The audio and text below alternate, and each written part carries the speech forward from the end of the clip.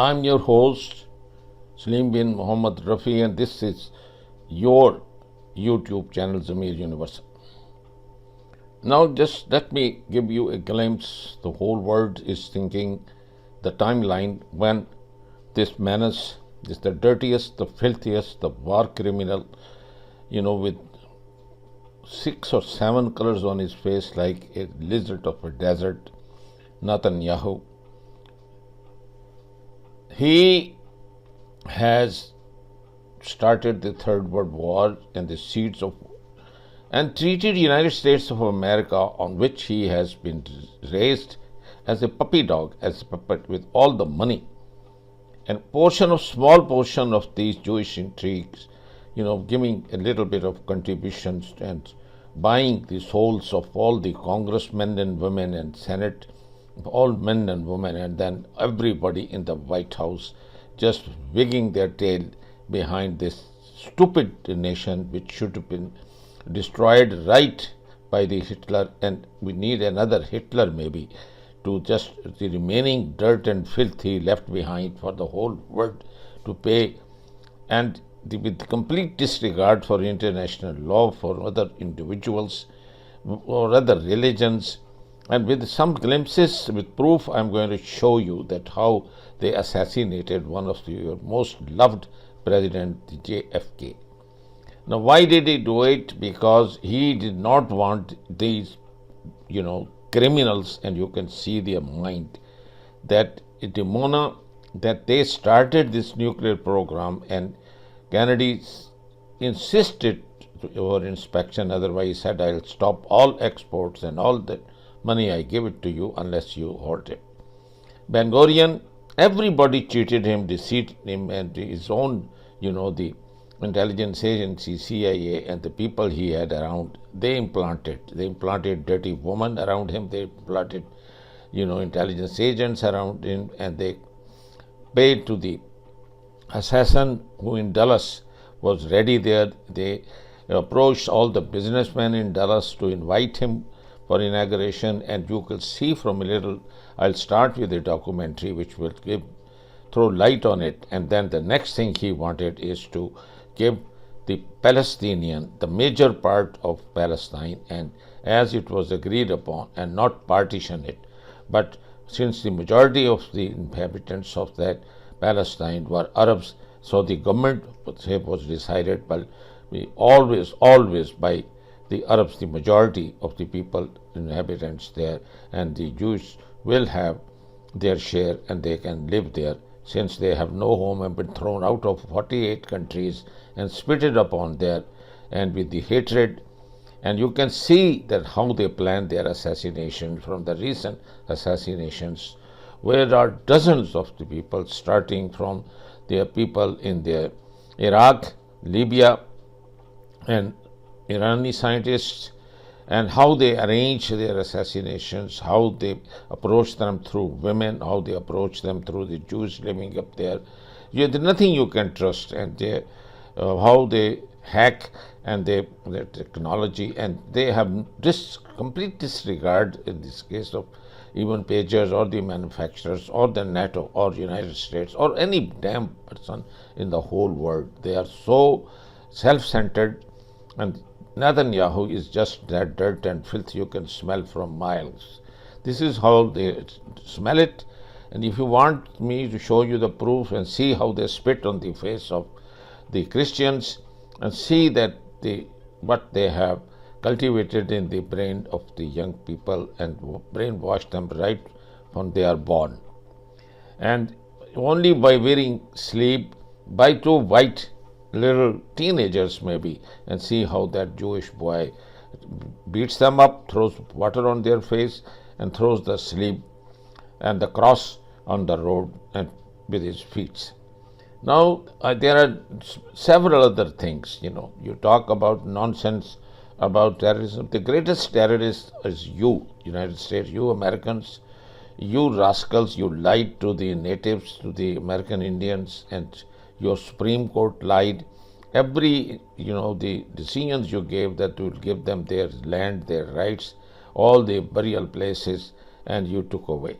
you stole their women and children and you forcibly converted them into Christianity and raped them and produced, black and white children, and they were slaved and for your tobacco and cotton fields. But how and what way you can lecture morality to the other people when you are the most immoral people, the hypocrites with the double standards? So people should really spit on you. People should first make every effort to eliminate the United States of America from the map of this world, or the Americans should themselves just get rid of this place and have the real Americans rule, which will be mostly African Americans and maybe few Irish and maybe few Europeans, but the rest all must just be either thrown out of the United States, and especially there not should be a single Jew living in the United States of America if you want to live. And see, for one of your own daughters who is being left behind to die, and they say they have no money while they are giving billions, your tax money, to the Israelis, to the Zionists, to the Jews, to drop bombs. Even these, concrete buster bombs, 80 them are supplied by United States. So you will give them money and your AWACS, your planes, your radars, everything just guided these son of a bitch. And you'll say that they assassinated. Actually, you assassinated, the Nasrallah. You assassinated the Iranian scientist and the chief of army staff. You dropped bombs on their embassy in Syria. You are the one who is doing assassination of Ismail Hania, and now you never stop unless you are killed like a pig. And I think earlier and sooner someone just goes. And if you want the timeline before this whole menace will be eliminated, because your time has come. Peak anything which I think goes, it plateaus for a little while. You have gone in cruelty and criminality to the peak 100 years ago. You plateaued for 75 years, and now it is your time and to touch zero and be eliminated completely from the map of the earth, and let the land of the prophets breathe fresh air and live in peace, because no one can. By a strange paradox, the authors who stand for the conventional thesis of a CIA conspiracy build their case on the biography of Oswald, while at the same time claiming that Oswald had almost nothing to do with the killing. It is about as useful as scrutinizing Osama bin Laden's biography to solve 9/11. If Oswald was just a patsy, as he claimed, the quest for the real culprits must logically begin by investigating the man who shot Oswald 2 days after his arrest in the Dallas police station, thus preventing a judgment that would have revealed the weakness of the accusation against Oswald. Oswald's assassin is known as Jack Ruby, but few people know that his real name was Jacob Leon Rubinstein, that he was the son of Jewish Polish immigrants, and that, to the Warren Commission, he had explained his presence in the police station as a Yiddish translator for Israeli reporters. Originally from Chicago, Ruby was a member of the Jewish underworld, known as the Yiddish Connection. His mentor was Los Angeles gangster Mickey Cohen, whom he had known and admired since 1946. Cohen was the successor of the famed Benjamin Siegelbaum, known as Bugsy, one of the bosses of Murder Incorporated, the most brutal crime syndicate in the US. Mickey Cohen was in contact with Menahem Begin, the former Irgun chief, a specialist of false flag terrorism. Cohen was infatuated with the Zionist cause, as he explained in his memoir, quote, "Now I got so engrossed with Israel that I actually pushed aside a lot of my activities and done nothing but what was involved with this Irgun war." End of quote. We also know that Ruby phoned Al Gruber, a Mickey Cohen associate, just after Oswald's arrest. Most probably, that is when he received an offer that he couldn't refuse, for reasons possibly linked to his heavy debt. Ruby died from a rapidly spreading cancer in 1967, so he wouldn't have been around for a new trial under Robert Kennedy's presidency. Yet his Irgun connections and some of his recorded statements were highly disturbing. Ruby's defense lawyer William Kunstler wrote in his memoir that Ruby told him he had killed Oswald, quote, for the Jews, and Ruby's rabbi Hillel Silverman received the same confession when visiting Ruby in jail. Ruby is only an intermediary link in a conspiracy that begins with the ambush of Dallas, extends to the cover-up of the Warren Commission, and involves a pact of silence with the directions of the major media. At every level of the conspiracy, we find the fingerprints of the Israeli deep state. Let's begin with the Dallas ambush. JFK's trip to Dallas had no official character and was sponsored by a powerful business group known as the Dallas Citizens Council. Kennedy was on his way to the reception organized in his honor when he was shot. The Dallas Citizens Council was a powerful group dominated by Jewish businessmen like the wealthy Julius Shepps, described by Brian Edward Stone in The Chosen Folks, Jews on the Frontiers of Texas as, quote, a member of every synagogue in the city and de facto leader of the Jewish community, end of quote. Abraham Zapruder, the man who filmed the assassination of John Kennedy and sold his film for $150,000 to Life magazine, was also a member of the Dallas Citizens Council. He was a clothing manufacturer whose headquarters happened to be located in the Dallas Textile Building, or Daltex, where one of the snipers' nests was located, according to JFK researchers who have studied the firing trajectories. Interviewed the same day on television, Zapruder could not hide his satisfaction. The host committee inviting Kennedy was chaired by another influential figure of the wealthy Jewish community in Dallas, advertising executive and PR man Sam Bloom. According to former British intelligence officer Colonel John Hugh Wilson, it was Bloom who, quote, suggested that the police make Oswald accessible to the press. He also suggested, against the explicit advice of the local FBI, that they move the alleged assassin from the Dallas police station to the Dallas County Jail in order to give the newsman a good story and pictures, end of quote. It was during this transfer that Oswald was shot by Ruby. Hugh Wilson also writes, when the police later searched Ruby's home, they found a slip of paper with Bloom's name, address and telephone number on it. After the Dallas tragedy, Israel's Zionim were also busy fabricating the official lie. Apart from the chairman Earl Warren, chosen for his figurative role as Chief Justice, all key people in the investigative commission were either personal enemies of Kennedy, like Allen Dulles, the CIA director fired by Kennedy in 1961, or ardent Zionists, like Arlen Specter, who, at his death in 2012, was mourned by the Israeli government as, quote, an unswerving defender of the Jewish state, end of quote.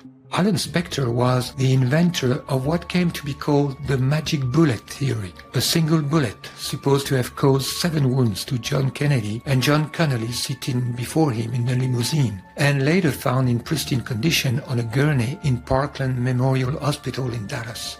In conclusion, at every step of the plot, we find a Zionist cabal, including businessmen, politicians and gangsters, not forgetting media executives, all devoted to Israel.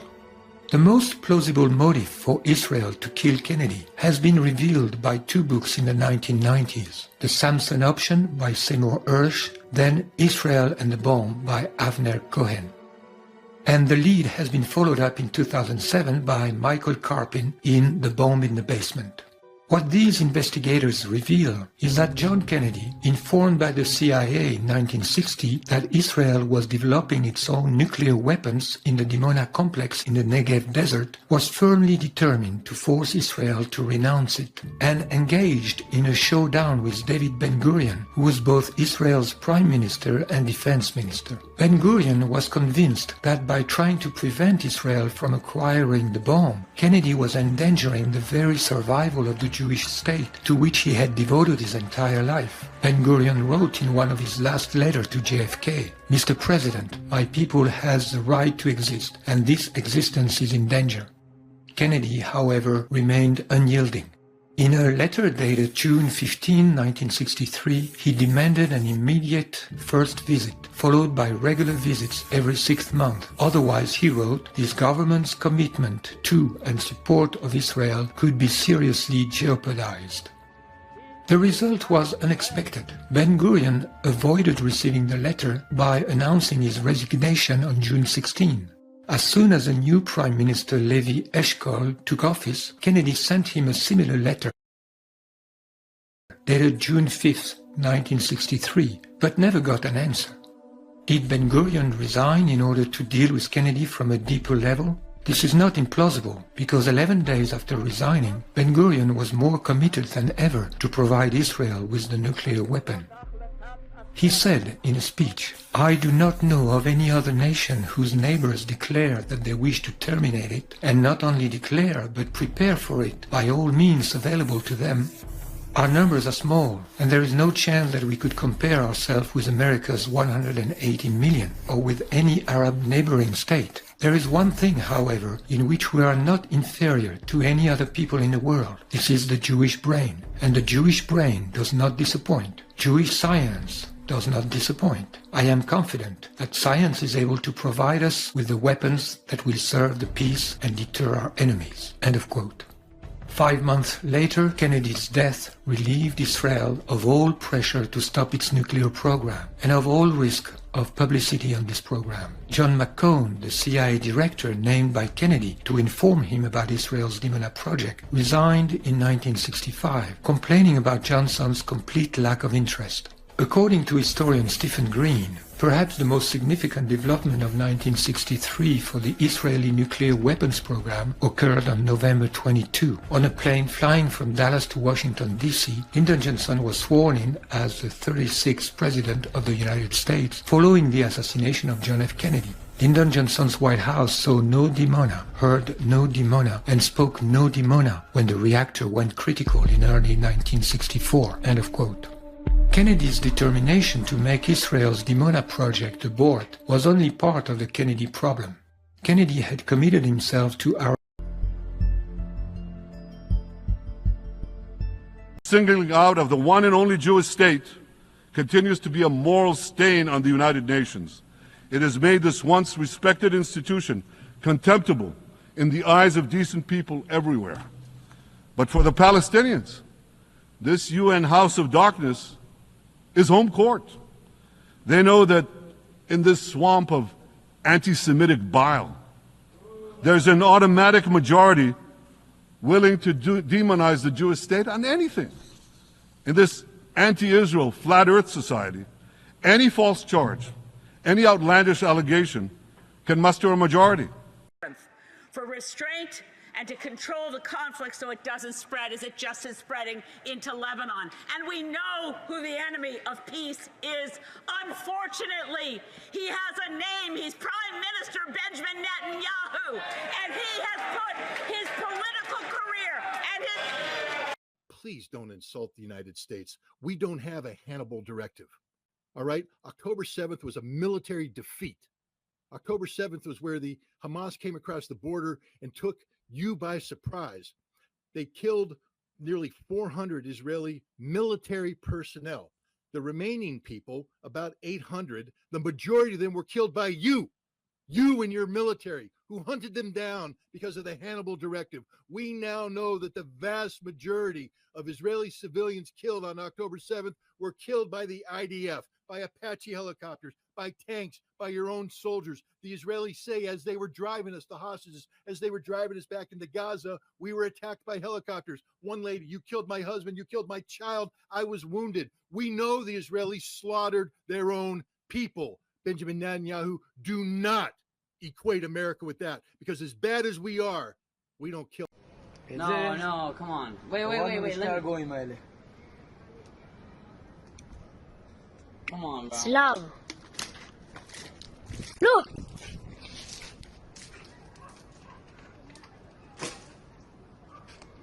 You're not Israeli.